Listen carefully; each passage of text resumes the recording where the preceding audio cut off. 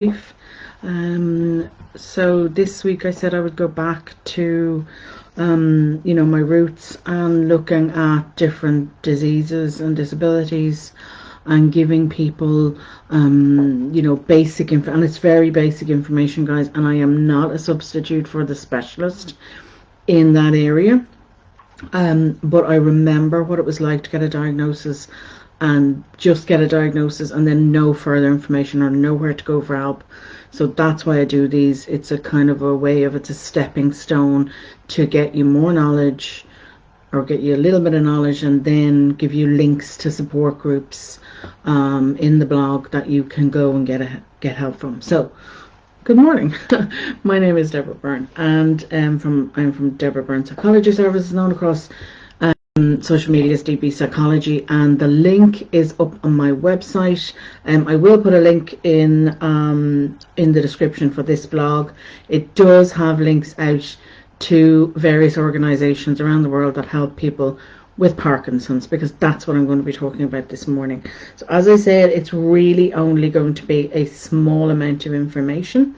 It is not a substitution for the specialist, and it's a stepping off point, to give you basic information that you can step off from and go and talk to different people that are involved in these wonderful support groups that have been set up by people that have been where you are, and have worn the t-shirt and know a lot more, sometimes even than the specialists.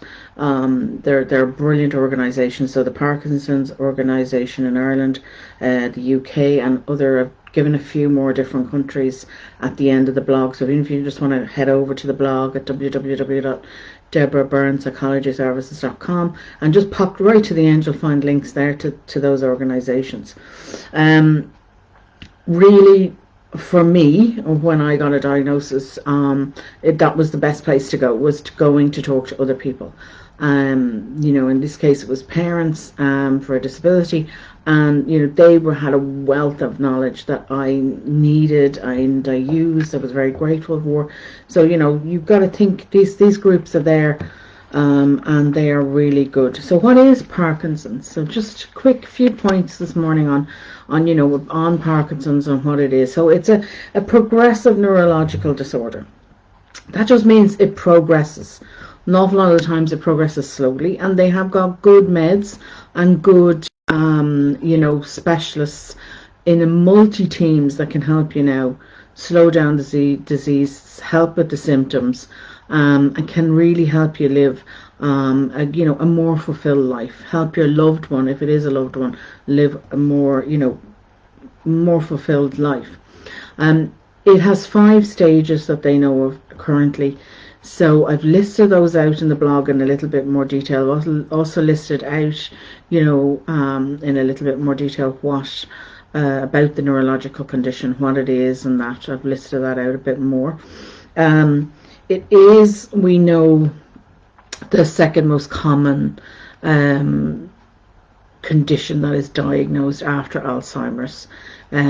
So it is something that people will come across quite commonly alongside Alzheimer's, which is a form of dementia. So most people, though, that are diagnosed are over 60. Again, similar age group to Alzheimer's, but you can't rule out being diagnosed younger. In fact, we know that young people, in fact, under 20s, can be diagnosed with this condition. So you can't rule it out either in a younger age, in the under 60s. The symptoms, the 3 main symptoms that they talk about will be tremors, slowness of movement, and muscle stiffness. Now that gets progressively worse. The tremors usually start on one side of the body only and then moves to the other side, but it's progressive. As we said, it takes time. It does progress as it goes along, gets worse as it goes along. Other symptoms that they look at, and there is a longer list of physical symptoms in the blog. A few of them that you would see would be balance issues, nerve pain, insomnia is one, and speech and writing issues. All can be helped with specialist treatment, and I'll come on to that in a minute. Cognitive symptoms as well, of course, because it is a neurological condition. You'll see anxiety and depression. Again, both can be helped.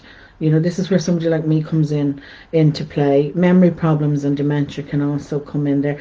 You're not going to get everything. You know what I mean? You'll see a long list of symptoms. You think, oh, my loved one or I could get all of this. No, it's going to be individual for you. And please, please, please think positive. They're making so much progress now with different diseases, different conditions, that think positively.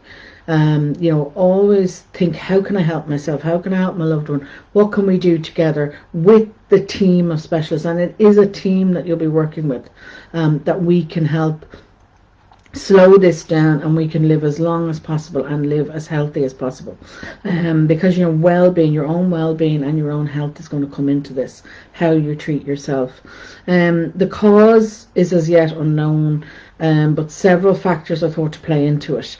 A few of those would be gender, because it's more common in men than women, so we think gender is an issue there.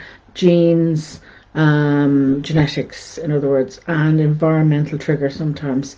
But there is a longer list than that, the factors that can contribute to somebody getting Parkinson's.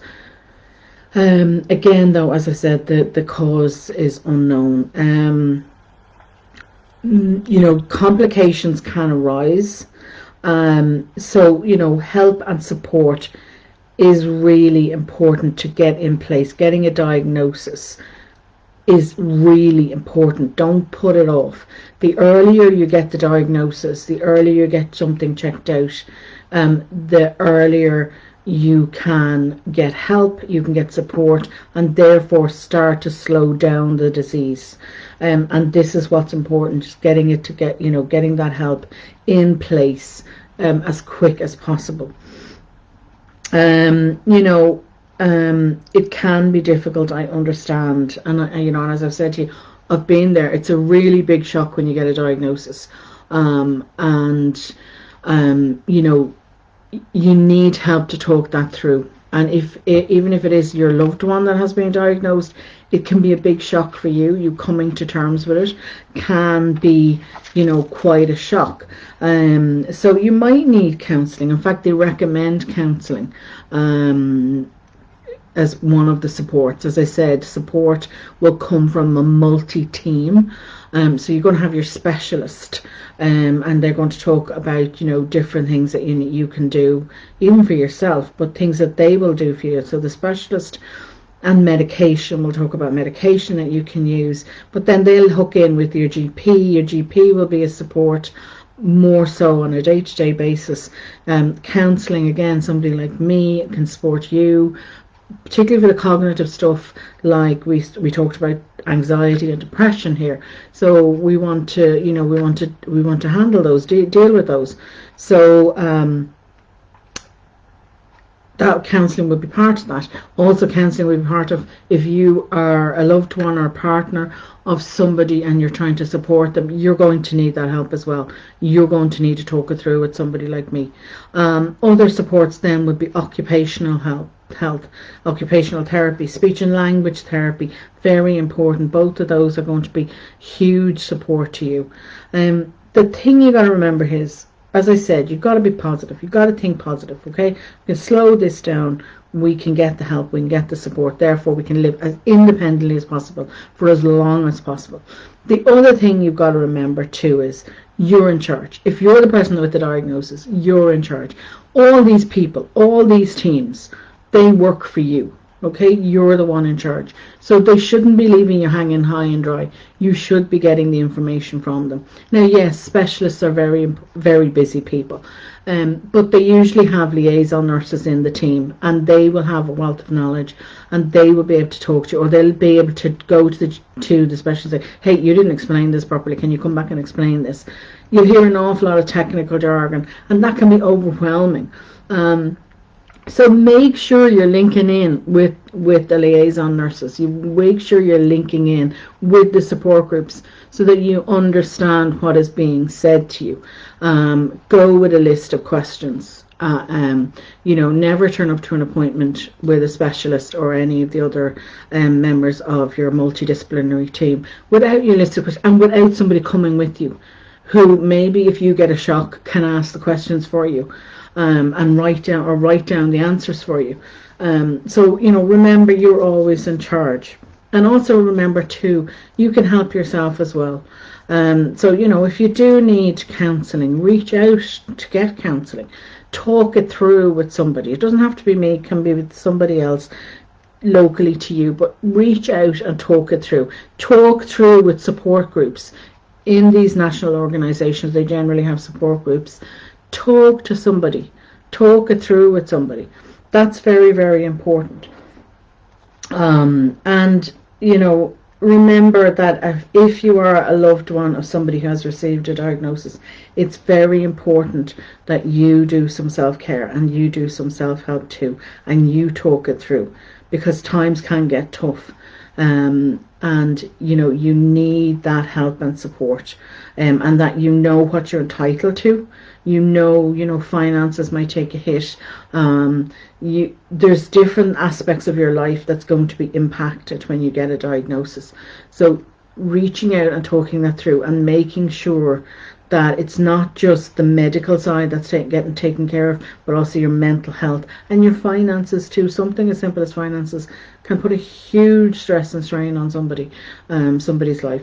So please talk to somebody. Please reach out and talk to somebody, whether it's privately, through to somebody like me, or through to the support groups that I've left a link to at the bottom of the blog. There is links out to the national organisations, and you can talk to them. They're brilliant. They have a wealth of information, as I said, so please do talk to them. So I leave it there, and as always, I will see you next week. Thank you for watching. I actually can't see who's watching. Sorry, apologies.